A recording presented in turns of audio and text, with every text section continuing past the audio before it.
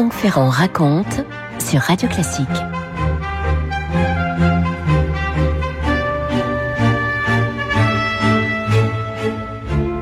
Quand cette grande actrice qu'était Simone Signoret a écrit ses intéressants mémoires, s'appelle « La nostalgie n'est plus ce qu'elle était », elle n'a pas hésité à revenir sur une période tout à fait délicate de sa carrière. C'était les années 1957-1958. Je lui donne la parole. Être au chômage pour une comédienne, ça consiste à n'avoir même plus à refuser un rôle. Ça consiste à ne plus avoir à lire de scénario ou de pièces, étant donné qu'on ne vous propose plus rien. En bref, c'est avoir un téléphone qui ne sonne pas. Comme nous aimons les images, nous appelons pudiquement ces périodes creux de la vague. Il y a parfois des vagues qui sont des lames de fond. Le creux de ma vague à moi a duré 9 mois. Personne ne me demandait. Je n'étais pas frustré, pas amertumé, je récapitulais pour moi seul la liste des bonnes femmes que j'avais jouées. J'étais au creux de la nouvelle vague. Et oui, le jeu de mots n'est pas un hasard. Elle a 36 ans à ce moment-là, Simone Signoret. Et elle n'est plus tout à fait la jeune actrice pimpante aux cheveux clairs qu'elle était au début de la décennie, quand elle était encore l'héroïne inoubliable de Casque d'Or. C'est vrai, son visage est aujourd'hui un peu plus marqué, mais son charisme est intact. Son timbre de voix, vous savez, ce phrasé tellement captivant est toujours le même. Et puis il y a ce regard profond et capable de tout exprimer. Pour tout vous dire, la difficulté qu'éprouve le cinéma à donner des rôles à des femmes moins jeunes n'explique pas à elle seule la traversée du désert que connaît Simone Signoret en cette fin des années 50, et elle en est tout à fait consciente. Bon, d'abord, il y a effectivement cette nouvelle vague. Le cinéma français est en pleine évolution. Les nouveaux réalisateurs de cette nouvelle vague ont une esthétique moins académique, beaucoup plus naturelle, voire parfois extrêmement âpre, nettement plus audacieuse, et leur but est de mettre en avant de nouveaux talents. Et c'est volontairement qu'ils ignorent un certain nombre d'acteurs de la génération précédente, dont Simone, malgré son immense talent et malgré son âge encore relativement tendre, dont Simone fait partie. Et puis, disons-le aussi, l'actrice vit aux côtés d'Yves Montand. Elle est d'origine bourgeoise, lui est d'origine plus pauvre, immigré, mais c'est un couple très engagé à gauche, même si ni l'un ni l'autre n'a jamais été vraiment membre du Parti communiste. Les deux artistes, notamment, ont fait parler d'eux récemment par un voyage en Union soviétique, ce voyage en 56-57. Alors, Simone a beau raconter que ce périple a été marqué par une discussion tout à fait longue, profonde, directe, avec Nikita Khrouchtchev au sujet de la répression de l'insurrection de Budapest. Il n'empêche que le seul fait que Simone soit allée en URSS n'est pas passé inaperçu dans certains milieux, ni dans certains pays. Je pense notamment aux pays anglo-saxons, bien sûr.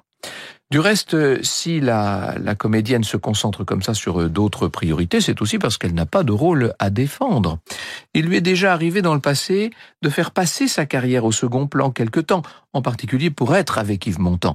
Et voilà qu'un jour, un réalisateur britannique s'appelle Peter Glenville veut la voir. On a envie de dire « Ouf, enfin, il a à lui faire une proposition tout à fait honnête. » Franck Ferrand sur Radio Classique.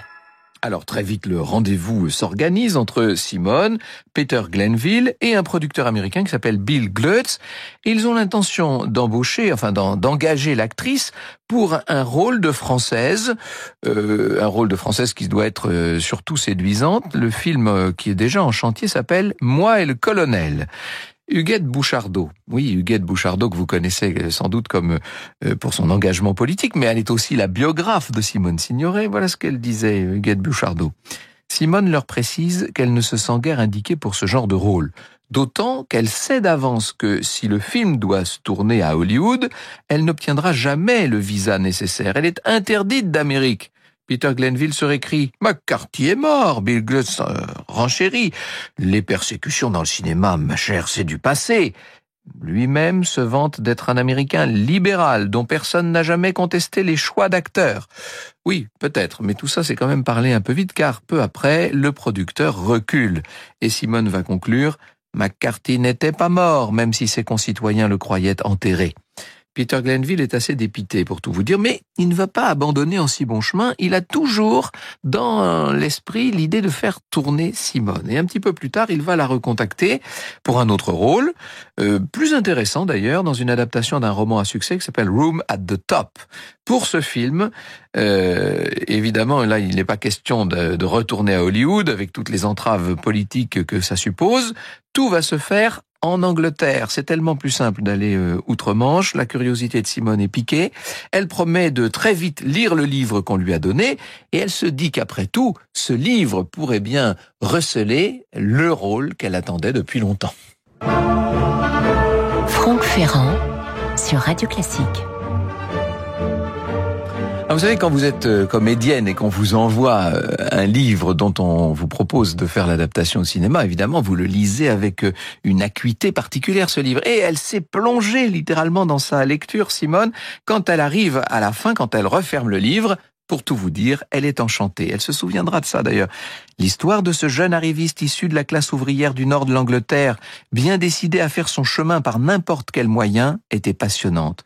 Passionnante surtout était son histoire d'amour avec une dame pas très jeune, la bonne quarantaine, qui s'appelait Alice. Alice était intelligente, généreuse, compréhensive, maternelle, sexuellement libérée, socialement sans préjugés. Alice était un personnage qui avait tout pour elle. Alice a joué, c'était du gâteau, que dis-je du gâteau, une pièce montée comme on rencontre peu dans une carrière. Simone va signifier son très vif intérêt au producteur du film. Alors maintenant, il n'y a plus qu'un seul obstacle à franchir, qui est assez différent de celui qui avait empêché Simone d'aller jouer aux États-Unis. C'est que le syndicat des acteurs britanniques pourrait encore s'opposer à l'engagement d'une actrice étrangère pour un rôle qui pourrait très bien être interprété par une comédienne locale. Eh oui, c'est presque l'obstacle opposé à celui qui, la dernière fois, avait empêché la réalisation de son rêve. En fait, ce veto-là n'est pas très probable parce que le talent de Simone Signoret est parfaitement reconnu outre-Manche. On a notamment beaucoup célébré là-bas Casque d'Or. Quant au scénariste, eh bien, il va s'adapter. Le personnage d'Alice prend comme par magie la nationalité française. Alors là, ça rend l'intervention de Simone nettement plus nécessaire. Autre changement important, Peter Glanville est finalement remplacé comme réalisateur par Jack Clayton, ce qui ne change pas pour autant l'ensemble du projet. Finalement, tout se met en place. Simone va se rendre en Angleterre et d'Angleterre, elle va traverser tout le pays jusqu'au Yorkshire, puisque c'est là que va avoir lieu le tournage. Alors cette fois, ça y est, elle est de nouveau au travail et pour tout vous dire, elle en est heureuse. L'atmosphère à la fois dure et amicale de ce bout d'Angleterre industrielle, sur laquelle joue évidemment le scénario du film, cette atmosphère touche la fibre sociale de Simone qui apprécie les gens qui l'entourent. Elle observe aussi avec, disons-le, un certain dépit les écarts de conditions, les ségrégations, les mépris qui font macérer cette société britannique et qui en font un véritable chaudron. Le tournage se poursuit à Londres, et quand il s'achève, Simone est heureuse de retrouver en France ses proches, sa fille Catherine, Yves Montand bien entendu. Elle est aussi un peu mélancolique, disons-le, parce que ce tournage l'a complètement réjouie, tant d'un point de vue humain que professionnel. Et elle peut en juger lors de la première de gala anglaise de Room at the Top, qui a donc lieu en Angleterre à l'automne 1958. En France, on va traduire le titre par « Les chemins de la haute ville ». À l'époque, on traduisait tous les titres. Elle raconte « Nous avions fait un très bon film. À minuit, nous, les gens de The Room at the Top, étions les rois de Londres. C'est exprès que j'emploie des mots aussi stéréotypés que cela, que ceux qui n'ont jamais été couronnés à chaud quand la lumière revient dans la salle me jettent la première pierre. Quand tous les doutes, même ceux qui reviendront avec la lucidité revenue, sont balayés par l'adhésion totale d'une salle, il est très difficile de recracher la fève qui vient de vous couronner. » Elle savait écrire, qui plus est, Simone Signoret. Alors les journalistes applaudissent, ils applaudissent notamment à l'interprétation de Simone, dont le jeu subtil, dont le jeu à la fois délicat et débordant de naturel, les a séduits. On ne peut que croire, grâce à elle, à toute cette tragédie que racontent les chemins de la Haute-Ville, qui va être un grand succès au Royaume-Uni, plus tard également en Amérique. La performance de Simone est partout remarquée. Or, voilà bientôt qu'Yves Montand accepte de son côté un engagement pour un spectacle, on est quelques mois seulement plus tard, pour un spectacle à Broadway. Le couple pourrait donc en profiter, ça pourrait faire un long séjour aux États-Unis. Attention, là encore, il y a ce problème d'avoir les visas. Et effectivement, les visas n'arrivent pas, tant pis pour Broadway, pour ses enseignes lumineuses, pour ses taxis jaunes et ses applaudissements. Mais celui qui, aux États-Unis, voudrait promouvoir en tout cas le spectacle de Montand, ne l'entend pas tout à fait de cette oreille, et il se bat. Et finalement, il va obtenir pour son interprète le précieux Sésame. Et donc le voyage a lieu à partir de la fin de l'été 59. Simone peut donc constater cette fois par elle-même le succès des chemins de la Haute-Ville. Là-bas aux États-Unis, Room at the Top est un film qui a été beaucoup plus que remarqué. Alors Yves, de son côté, triomphe, ça n'étonnera personne.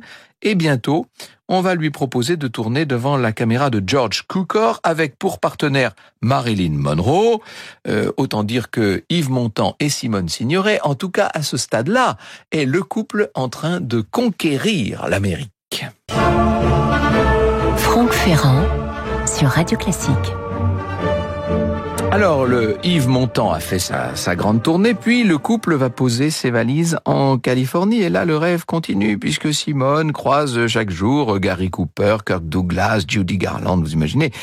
On s'installe dans un bungalow de Beverly Hills. Ceux qui sont allés sur place comprennent de quoi je parle, c'est-à-dire une très belle villa, en vérité. Une villa qui est d'ailleurs juste à côté de celle qu'occupent Marilyn Monroe et Arthur Miller. Arthur Miller d'ailleurs vient régulièrement proposer de partager un moment aux deux Français. Il faut dire que pendant que Marilyn Monroe et Yves Montand sont en train de tourner, évidemment, Arthur Miller et Simone Signoret ont du temps pour se voir. Bref, les deux couples se rapprochent sans façon. Simone observe les hauts et les bas de la splendide Marilyn. Je cite cette fois Huguette Bouchardot. Simone tente de rendre la vérité de rapport simple entre ces deux hommes et ces deux femmes, non sans glisser au passage la petite note sociale qui devait sauver tout le reste. Je vais parler d'une voisine de palier qui aimait bien sa voisine de palier et avec laquelle elle voisinait comme on voisine dans toutes les HLM du monde, luxe ou pas, dit Simone Signoret. Quitte au passage, ajoute Huguette Bouchardot, à oser ce bizarre rapprochement de luxe et HLM. Oui, parce que on a beau avoir la fibre sociale, il y a des moments où cette fibre sociale se met quand même singulièrement entre parenthèses, et c'est le cas là-bas en Californie. Simone, on le note, paraît souvent tiraillée entre ses avantages de comédienne bien établie et puis ce regard d'artiste engagé qu'elle veut poser sur le monde. Elle est toujours aussi attentive aux disparités sociales. Bref, quoi qu'il en soit, sa joie lors de ce séjour californien de l'hiver 59-60, sa joie est évidente. Ça n'est pas fini. Simone apprend une grande nouvelle. Elle est nommée aux Oscars pour Les Chemins de la Haute-Ville, pour Room at the Top. Et qui a-t-elle face à elle? Elle a Liz Taylor, Doris Day, Katharine Hepburn et Audrey Hepburn. Oui, rien que ça. Franck Ferrand sur Radio Classique. Et voilà qu'a lieu la cérémonie le 4 avril 1960. Simone sait que la concurrence est vraiment rude. Et puis, il y a des journalistes qui s'en sont pris à ses sympathies politiques. D'ailleurs, ils l'ont fait sans grande subtilité, ce qui à la limite pourrait presque lui rendre service. Bref, elle est bien là et elle n'a pas l'intention de bouder son plaisir. Une seule Française avant elle a obtenu la célèbre statuette, ce célèbre Oscar dans sa catégorie, c'est Claudette Colbert en 1935. Et encore, Claudette Colbert était une actrice devenue complètement américaine. Arrive le moment fatidique, vous imaginez la tension, l'émotion de Simone dans sa robe sombre qui découvre ses épaules. C'est Rock Hudson qui apparaît sur scène avec les fameuses enveloppes, vous savez, les secondes s'étirent. Alors, aux Oscars, tout est scénarisé, tout est écrit. Vous savez ce que vous devez dire à la virgule près, donc une petite blague plus tard. Hudson prend l'enveloppe fatidique, la décachette, et oui, c'est elle, Simone Signoret, vous imaginez, tonnerre d'applaudissements, elle est l'actrice de l'année et c'est elle-même qui raconte « Je serais une abominable hypocrite si je disais que tout cela n'est que péripétie. C'était formidable, c'était ma victoire, c'était un salut, c'était la victoire de ceux qui avaient voté pour moi. » Et Simone voit aussi dans tout cela un joli pied de nez à tous ceux qui, dans les semaines passées, l'ont tant attaqué. Et elle le souligne, à ses yeux, sa récompense, c'est aussi un signe concret de l'indépendance de Hollywood par rapport à toute cette vague du maccarthisme qui est en train de se refermer complètement en ce tout début des années 60. L'Amérique va lui offrir le plus grand triomphe d'une carrière de nouveau sur d'excellents rails. Vous imaginez, quand vous avez eu l'Oscar à Hollywood, le téléphone se remet bien sûr à sonner. Elle va avoir beaucoup de grands rôles dans l'avenir. Elle s'apprête aussi, cette Amérique, à lui asséner un coup très dur. Car tandis que Simone repart travailler, alors cette fois en Italie, Yves Montand, lui, est resté sur son tournage aux États-Unis. Et c'est à ce moment-là que la presse mondiale va révéler la relation qu'il entretient avec Marilyn. Oh, ben ça c'était écrit, si je puis dire. Mais pour Simone, c'est un coup très rude et qu'elle n'a pas vu venir. Et l'indiscrétion de la presse et des journalistes vont rendre tout ça encore pire. Le couple Signoret-Montand entre dans un moment pour le moins houleux. Vous savez qu'il survivra à cette affaire. Simone va quand même essayer de relativiser tout cela d'une manière dont il faut bien dire qu'elle est plus ou moins sincère. Elle va essayer de comprendre ce genre d'écart de la part d'Yves Montand. Elle fait preuve d'ailleurs d'une hauteur de vue, d'une philosophie, d'une psychologie aussi qui me paraissent relativement rares. Il n'empêche que la douleur est rude, qu'elle est persistante et qu'elle va se faire visible. On ne retrouvera plus jamais la Simone Signoret qui avait été oscarisée. Franck Ferrand sur Radio Classique. Elle écrit tellement bien, cette Simone Signoret, que je ne résiste pas au plaisir de vous lire la relation qu'elle donne elle-même de cette soirée à Hollywood, de cette soirée des Oscars. Depuis le début de la soirée, raconte-t-elle, Ben Hur ramassait tous les Oscars.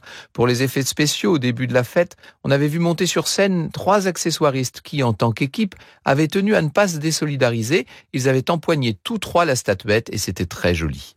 Pour les films d'animation, une grande ovation avait salué les noms de Faith et John Houbley. Je n'avais appris que beaucoup plus tard que cette ovation, qui ne m'avait pas frappé pour ses vraies raisons, saluait en fait la sortie du purgatoire maccarthiste du couple le plus doué et le plus inventif de l'histoire du dessin animé américain. Eux mis à part, et le poisson rouge de la Maurice pour les courts-métrages, tout allait à la superbe superproduction Ben Hur. Costumes, musique, montage, les enveloppes s'ouvraient dans les mains célèbres et c'était Ben Hur, Ben Hur, Ben Hur. Ben Hur en était à son 9e Oscar quand l'enveloppe sacrant le meilleur acteur de l'année fut ouverte. C'était Ben Hur, c'était Charlton Heston. Mon mari était resté dans les coulisses, j'avais une place vide à côté de mon fauteuil de nominé. Derrière moi, il y avait un nominé qui venait de perdre et devant moi, une nominée qui allait peut-être gagner. On en était arrivé au moment de la meilleure actrice. Je me tassais dans ma belle robe de plumetis noir. Il n'y avait aucune raison pour que les mêmes voix eussent choisi aussi souvent la grande superproduction et en même temps la vieille Alice d'un petit film à petit budget confectionné à Shepperton Studio. Pourtant, dès le Simone, je reçus une formidable tape sur l'épaule du nominé qui était assis derrière moi. J'étais déjà debout, je courais.